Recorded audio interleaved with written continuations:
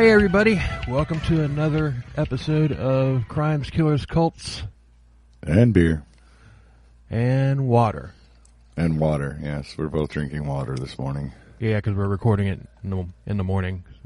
We don't day drink. Well, I do, but just not today. We don't morning drink. I do, but just not today. I got other stuff to do. I got to operate it. Yeah, power tools and shit later on, so yeah, being safe. I'm drinking purified water from Circle K. I'm drinking water from my fridge dispenser. It comes from a nice plastic bottle. It's poured into ice that also comes from Circle K.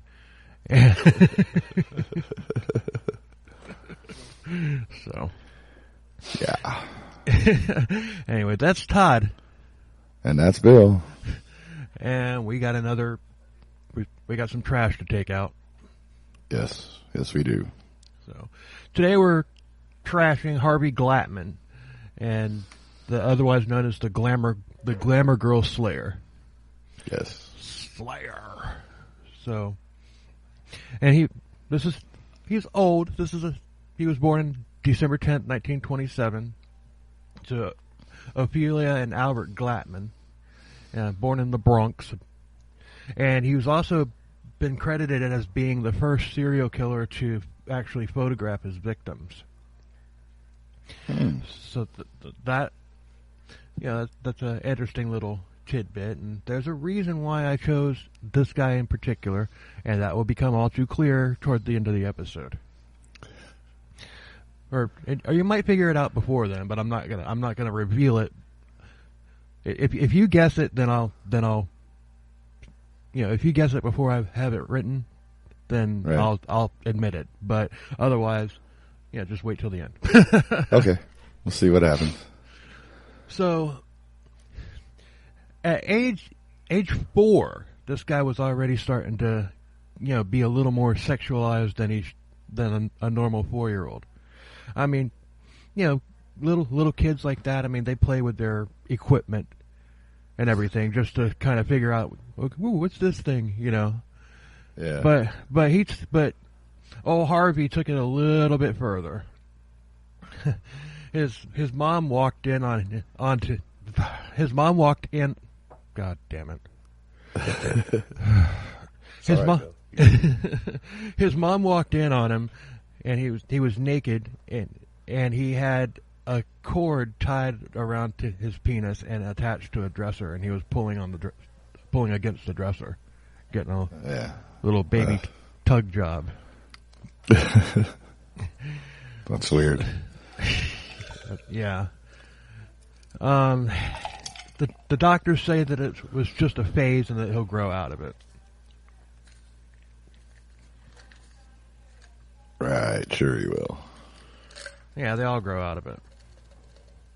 So, at age 5, he has his tonsils out, and at that point, the mother is convinced that he's normal. Okay, he's grown out of his little phase. So, in 1938, when he's 11, his parents come home to find him with his neck swollen and red, and he didn't tell him what happened. He wouldn't tell him what happened. And they just kind of dropped the issue. So, I think I'd be a little concerned if I come home and it looks like my son's been strangled, Yeah, absolutely. But I don't know. I would. Different time, maybe? I don't know. But one thing that we're going to find out about his parents is they're very enabling when it comes to old Harvey. So they moved to Denver later on in 1938, and there his dad caught him masturbating, and he blames Harvey's acne on masturbating. It's like, hey, that stuff will give you acne. So he had acne pretty bad. And in 1939, when school resumed, he's in junior high school, and the kids, because he's a new kid in school, they're mocking him. They're mocking him for his buck teeth, for his acne, and his big ears. And they called him a nickname. What do you think his nickname was? Oh, God, I don't know. No idea. Chipmunk. Hey, chipmunk. Hey, chipmunk. Chipmunk. But apparently this guy actually was. I think we kind of jumped the gun with BTK because this guy actually was a buck tooth knucklehead. He didn't have the initials though. No, but he had the buck teeth and he was a knucklehead. Yeah, that's true. Dennis Rader wasn't buck tooth. I've never seen any pictures of him as buck tooth. But right, I don't know. It just fit the initials. Yeah, but then a week later, we've got somebody that actually is a buck-toothed knucklehead. I know, right? Oh, the irony.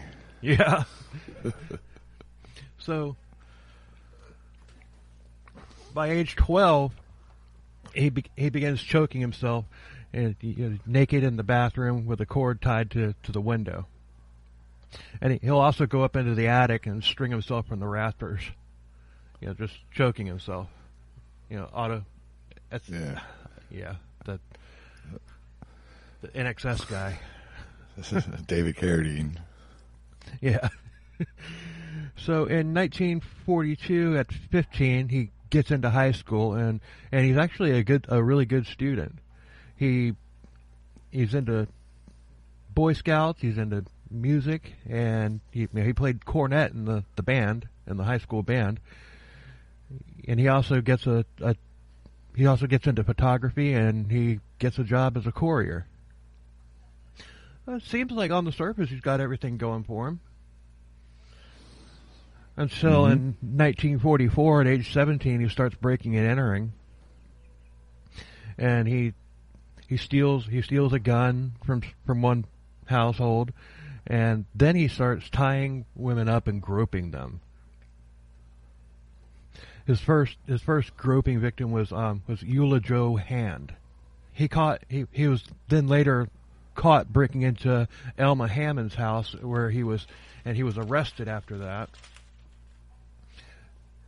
And at that point, he had a wire and a gun on him, and at that point, he also confesses to multiple robberies. Well, he's charged with it, and his parents post bail for him. But he wasn't allowed to attend his graduation because of the charges that he has on him. So, while out on bail, he abducts Noreen Lauer. He gropes her, but he doesn't rape her. At this point, he hasn't raped anybody yet. He's just kind of groping. Mm-hmm. But she's arrested, or she IDs him, and he's arrested again, and this time there's no bail, and he's committed to a psychiatric hospital in Denver, and he's held for evaluation for 2 weeks. He's released, and immediately he binds and gags 3 women in one day. He's arrested again and ordered back to the psych hospital. He's found guilty of Eula. Hold on. Mm-hmm. He's found guilty of Eula Jo Hand's robbery, and the doctor for treatment recommended an insulin shot. Okay. Because of all that great doctoring ability that they had back then. Right. Okay, we've got a guy with a obsession for stealing and groping people's groping women and everything. Oh, let's treat him for the diabetes. Yeah, right. Well, that's got to be what's wrong with him. But he doesn't have diabetes. No, insulin shot it is. Yep. It'll work wonders. Yeah, that's almost like medieval times, where they would like, okay, you've got a headache. Okay, that means it's, leeches. Leeches. and we need to remove a finger too. God, everybody talks about how great it would be to live back in the medieval. No, it wouldn't. No. Yeah, because it's not like it is in the movies. No, nothing's like it is in the movies. Except for the Passion of the Christ. I'm pretty sure that's exactly how it was. But, yeah, those Romans, they loved their torture. Yes, they did. So he's sentenced for 1 to 5 years in prison, and for Houlihan's, but he only served 8 months. So while out on parole, stop me if you've heard this one. He kidnaps a couple, Thomas Sharrow and Doris Thorne. And he ties Thomas up and he holds him with a gun and he robs them, and then before he can do anything, he literally hauls ass to Albany, New York. Just out of the blue, go to Albany. As soon as he gets to Albany, he kidnaps a woman and attempts a rape, his first rape. But then she gets away, and then he finds Eula Burge and Beverly Goldstein, and they also got away and reported the incident. This guy's not very good at this. No, he's not. He's arrested and he confesses to the robbery attempts and the attempts to rape and whatnot. And his parents are shocked, like, "Oh, not my boy, not our boy. He wouldn't do that. Right. He's a nice boy." So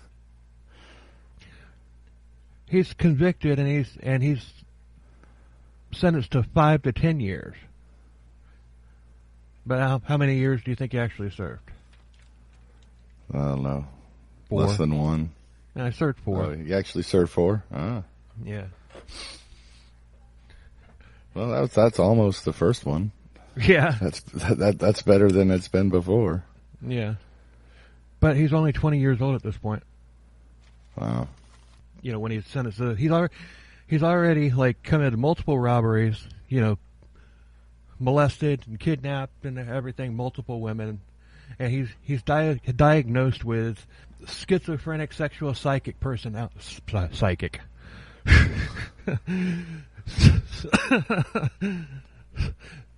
Schizophrenic sexual psychotic personality, and he's sent to Sing Sing maximum security prison, and the doctor who examines him this time recommends that he should be segregated because he is a danger. But he got paroled shortly after that because he was a model prisoner. He was paroled for really good behavior, but under the condition that he had to be supervised by his mother for 4.5 years. So he returns back to Denver, and in 1952, a lot of things happen. His dad dies, and the psychiatrist that had actually correctly diagnosed him, he retires. So I'm picturing like what would have happened if Hammond from the Halloween movies, if he had just retired. Well, he did retire, but he still stayed around to keep tabs on Michael Myers. Yeah. A lot of good it did him. He wound up dead. Right. So he's off the radar for 4 years. So I guess this mother supervision worked, and he either didn't do anything, or he just got better at doing it. Yeah, right. Because he wasn't caught, he wasn't charged, he wasn't accused, he wasn't anything. So then after the 4.5 years are up of his parole, he moves out to California where he becomes a photographer. He does freelance, and he works for like a underground pulp fiction detective magazine. He goes to like photography classes where women are posing nude for the classes and everything, and that just seeing all that gets him bold. So he's actually able to do these photo shoots where he's actually able to tie women up but they're letting him do it because they know it's a shoot for a magazine. Mm-hmm. So you can see where this is going. Oh yeah. So he calls up a model named Judith Dull for a shoot, and he tells her to wear a tight shirt and he tells her to wear a tight skirt and to be ready to be tied up. And she went to his studio, which was actually just his apartment, and they start doing bondage photos. And Harvey kind of loses it, and he pulls his gun out, and he shows her that it's a real gun, and he starts holding it next to her head. And now the fear was real. So he's getting off on this. I mean, he's taking pictures of her. And all of these pictures are available online, by the way. All of them. Yeah, that's when one of the article I read, they had some, and I was like, man, I can't believe they're actually putting this out here. Well, there's a reason, which I'll get to. There's a reason why they're out there. It wasn't just because some sicko got a hold of them and put them out there. It's just we'll get to that.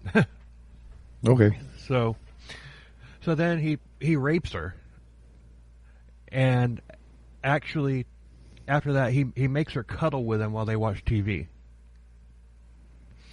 And in one article that I looked at, that said that that was when he lost his virginity. Yeah, I think I saw that too. Okay. But at 30 years old, he lost his virginity. Right. Man.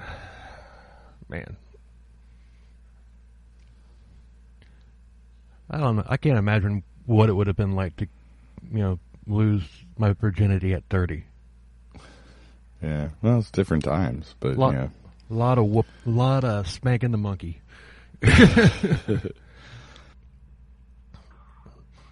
Or in this case, yeah, he liked doing that too. So yeah, I mean, yeah, he probably would have liked it if his mom had spanked him, but she never did, and that might have been part of the problem. Could be. So he takes Judith out to the desert, and he laid her face down, and he hog-tied her, and he put his knee back. He put his knee on her back, and then strangled her from behind until she was dead. And so he pops his cherry on two occasions in one day. He pops his sexual cherry, and he pops his murder cherry, all on the same day. Nice guy, huh? Yeah, real nice guy. Actually, nobody called him a nice guy, though. I bet his mom did. Oh, yeah. He's a nice boy. So he took her to the... I just said that. And so then he lost his gig with this little magazine. So he moves back to Denver with his mom, but quickly decides to go back to California. And he sets up a photography business. And in 1958, he meets Shirley Ann Bridgeford at a Lonely Hearts Club. And I think that was actual location. When I first looked at it, I thought it was like a newspaper classified ads type of thing. That's what I thought it was too. But I also looked at something else that made me think that it was an actual place. Yeah, like a bar or something like that. But it was one or the other. Right. Actually, I think because of what I have written here, they decided to go out to eat. So that sounds to me like it was like they were setting everything up over the phone. So maybe it was a classified section. Yeah. So they go out to eat, and then they drive out to the desert, and he pulls out his gun, and he demands that she pose for pics, for photos, and he kept telling her that these were going to be in a detective magazine. So, and then after he gets his fair share of the bondage pics of her being scared and everything, he strangles her with a garrote, and then he takes pictures the dead body. Yeah, and he had lots and lots and lots of pictures of his victims, and he developed them himself, because obviously you're not going to take evidence of murder down to the local film development. Can't trust the guy at the photomat, right? Not with stuff like that. Nope. So, in 1958, later in 1958, Ruth Mikado disappears after leaving with a man for a photo shoot. She's gone for several days before people actually noticed that she was missing. So when they opened her apartment, they found a dog and her 2 birds were near starvation. Later, they found her body in the desert in a state of decomposition. So there's no real evidence, at least I couldn't find any evidence of like what happened with her and Harvey. Did you find anything like that? Or it was probably just the same as the previous 2. Like, okay, we're gonna take pictures, then we're gonna, so he rapes her and murders her. It's probably the same thing. Like, that seems, after the first 2, we're done. The modus operandi was exactly the same. There's no reason to think that this wasn't. Yeah. So. Yeah, I didn't really, the couple of things that I read, they didn't, I mean, you've gone into way more detail than anything I have found, so. Although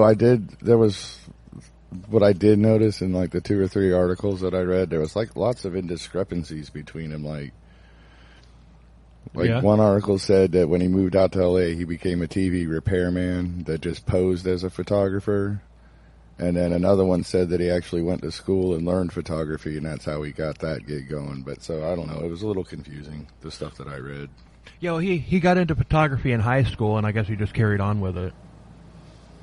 But yeah, I did see something where he'd become a TV repairman, because that's why he has the toolbox, which comes into play, because he keeps all of his pictures, and at first he had them like displayed throughout his house, but then he just like, oh, okay, I better not, I better not keep these out, so he would just stash them in his toolbox.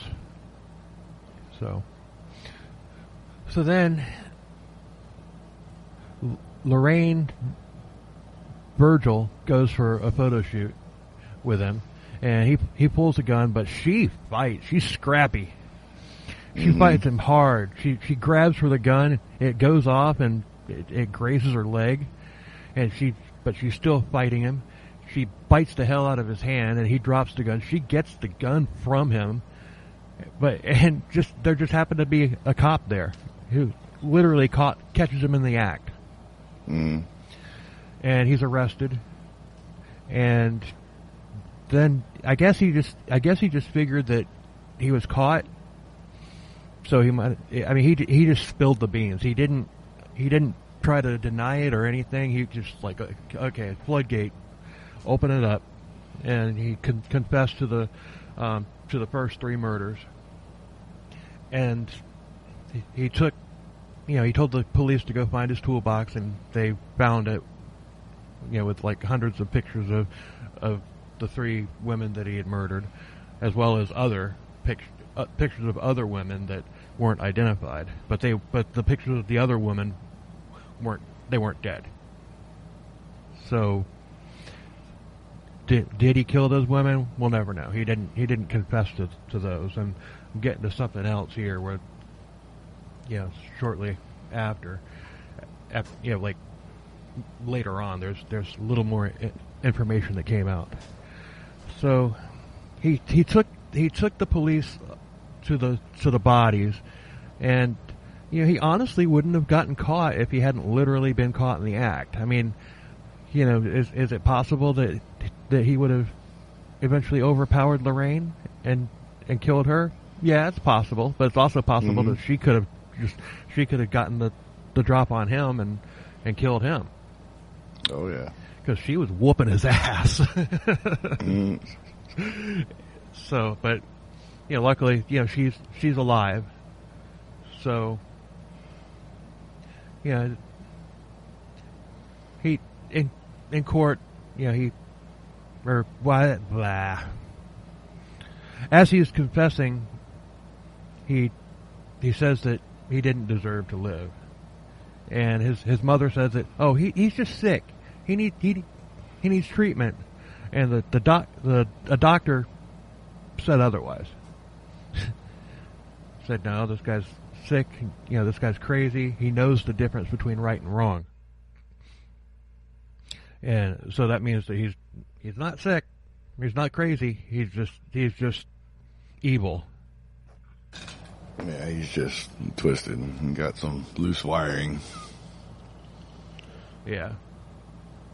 So he pleads guilty, and he's sentenced to death, and the death sentence is carried out less than a year later at San Quentin. And on September 18th of 1959, he died in the gas chamber at 32 years old. Unlike William Cruz, has sat on death row for like 30 years. Well, didn't he ask for no appeals too, or something? I thought I read that. Like he asked to not get any appeals. He just wanted it over with, basically. Yeah, true. But like technically, in cases where somebody says I want to die, they usually like, you want to die? Okay, life in prison. You'll die. Mm-hmm.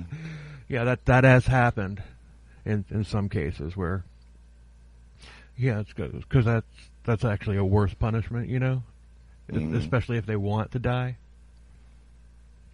So the girls did wind up in the detective magazines because once the pictures were found, some detective magazines picked them up and published them, and that's why they're out. That's why they're on the internet now, is because they were taken from magazines where they were actually published. So in a sick, twisted way, he was telling those girls the truth because he did get them into the magazines. Yeah, I'm sure not how they were expecting, but yeah.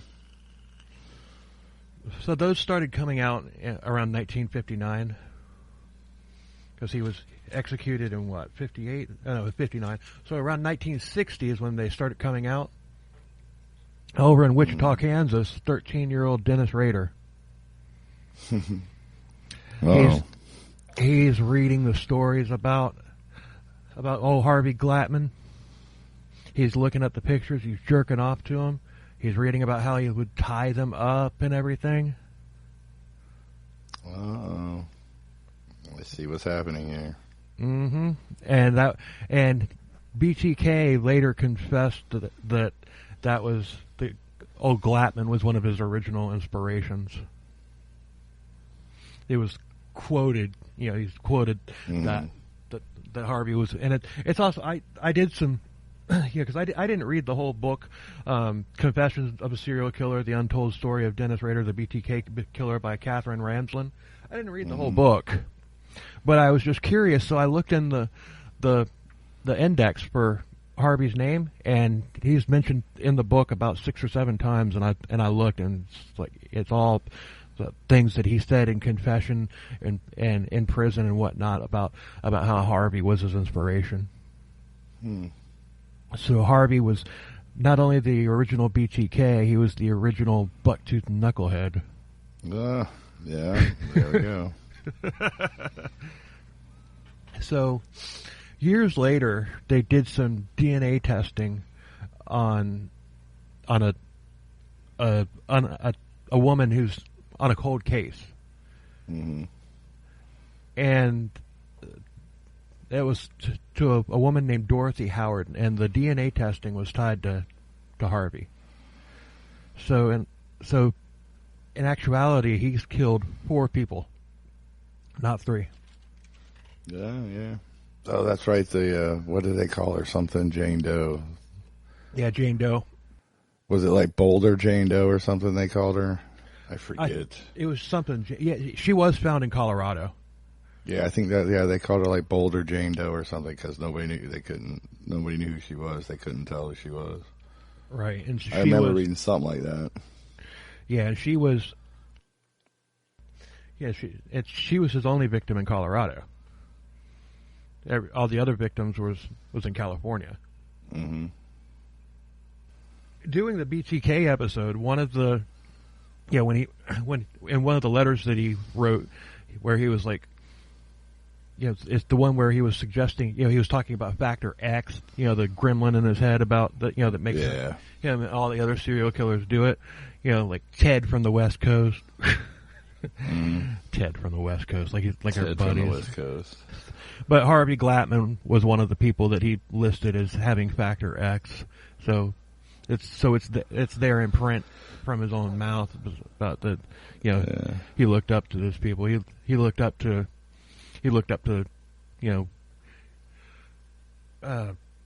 H.H. Holmes. In fact, he wanted to have a murder barn. I can't remember if we covered that one in episode 2. He wanted to have a murder barn set up somewhere like in Pittsburgh, Kansas. And I'm not trying to turn this into like a part 3 of right. No, I know BTK, but it ties in, and it's just odd that I stumbled across him, like right after we got done with BTK, and I was like, okay, well, might as well. It's kind of why not? Yeah, he's just as much of a piece of shit, but it was just far less sadistic and far less twisted, which was kind of a breather after Buck Tooth Knucklehead number 2. Right. But you know what? I actually liked the fact that we named him Buck Tooth Knucklehead.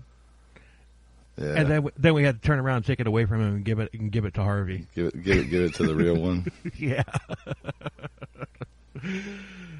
Oh man. Well, that was a short episode.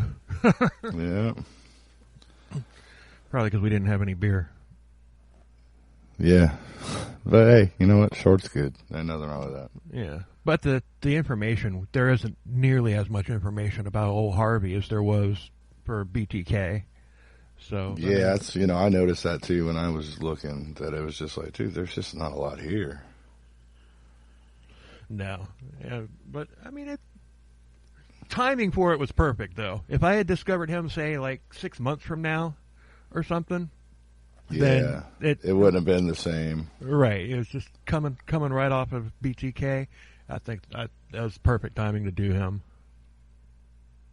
So, anyway, I'm going to wrap this thing up here, and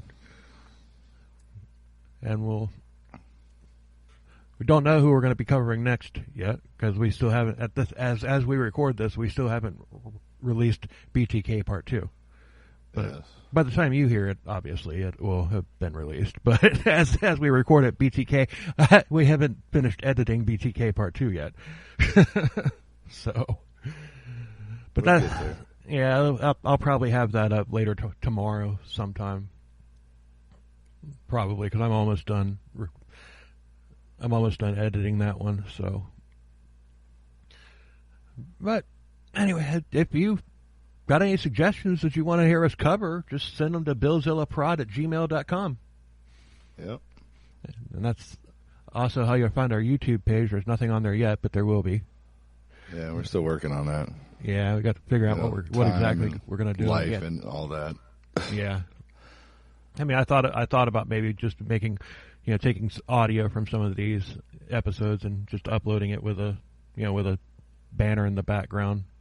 Or whatever. That'd be cool. Thought about doing that, and then, I've got some ideas for some crazy, funny videos, just comedy content and whatnot to do. I've got ideas for that, and there's a lot of stuff floating around. Like I said, we're still new to this. Mm-hmm. One thing that I am thinking about doing is, because I'm on several podcasting Facebook groups, and I had this idea, and I've sent messages. I made a posting. I said, "Are there any podcasters in Florida?" Because this is on a podcasters only group. You have to have a podcast to be part of it.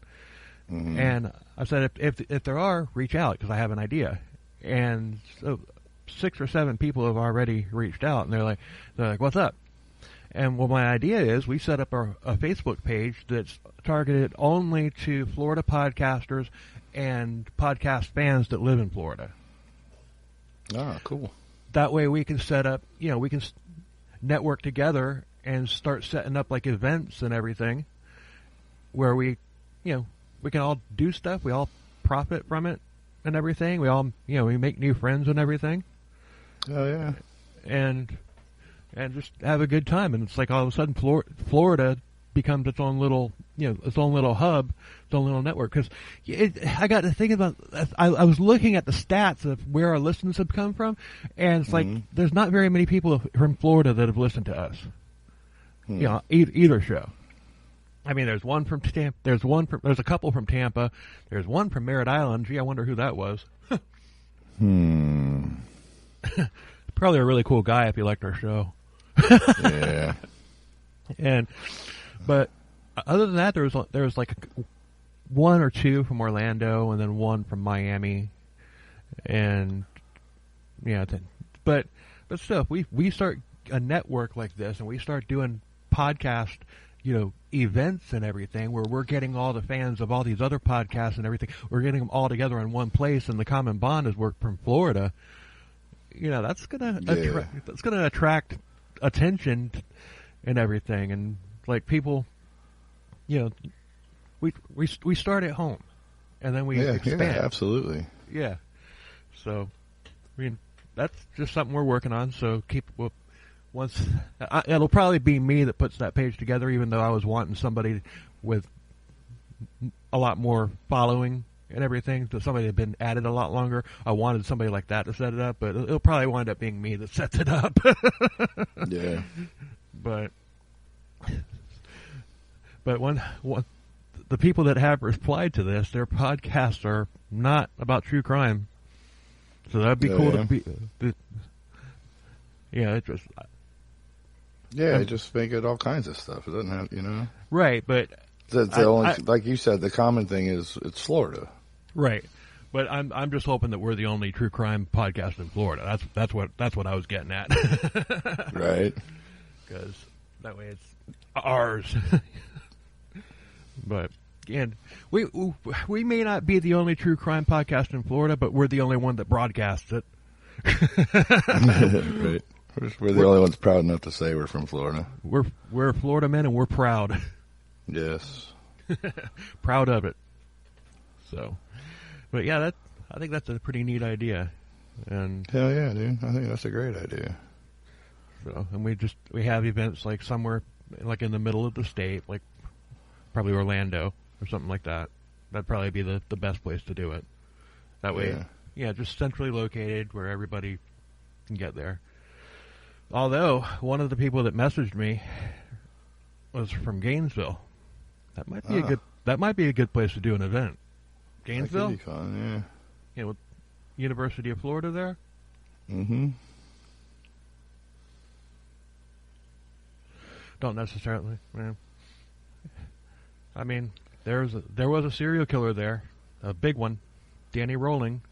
Yep, Danny Rolling. And then, of course, Ted Bundy finished his career in Tallahassee. Yeah, which is close enough. Florida State, which is, it's pretty far away, but it's still in Florida. So those are both good locations to have an event. Although Tallahassee is going to be harder to get to for a lot of people because it's so far away. But yeah, but no biggie. So anyway, follow us on our social media. Those will all be linked in the episode notes. And my original music can be found on all outlets like Spotify and iHeart and iTunes and all that good stuff, and Amazon. And just find it under Bill Selby. It's there. And Todd, your band? Cover band. We play 80s retro kind of pop music stuff. We play all over the Central Florida area. You can find us on Facebook at Retroactive Days. So if you're ever in the area, check it out. See if we're playing somewhere. Come on out and see us. Buy you a beer. We're back to definite now. Well, probably. All right. Who knows? Yeah, I mean, even if I say I'll probably buy you a beer, I'll buy you a beer. As long as you come up and say hi to me. Right. Tell me where you heard this. Mm-hmm. Where you're from. Yeah, I'll definitely buy you a beer. And if even you look, if I say probably. And if you look familiar to Todd, he keeps his yearbook in his car for this reason. So he's going to run out and check and see if you're in his yearbook. And if you are, then no. If you went to high school with Todd, you don't count because he's probably already bought you a beer. If I haven't seen you in a long time. Well, yeah. Let's say it was like the quarterback of the football team or something like that. You didn't hang out with that guy. True that. So all of a sudden he comes up to you and is just like, "Hey, I listened to your podcast. We went to high school together." What? I know you. Yeah. How was the quarterback? Okay, were you a dick to me? Were you a dick to me? Yeah, you probably were. If you were a dick to him, he might pour a beer on you. So, anyway, let's wrap this thing up and get out of here. I got to go to work. All right, brother. All right, let's see y'all next time. We really appreciate you listening to this, and spread the word. Tell a friend, tell an enemy, tell a coworker, tell somebody you know. Yeah, yeah. We're probably one of the more goofy podcasts out there. But that's an understatement.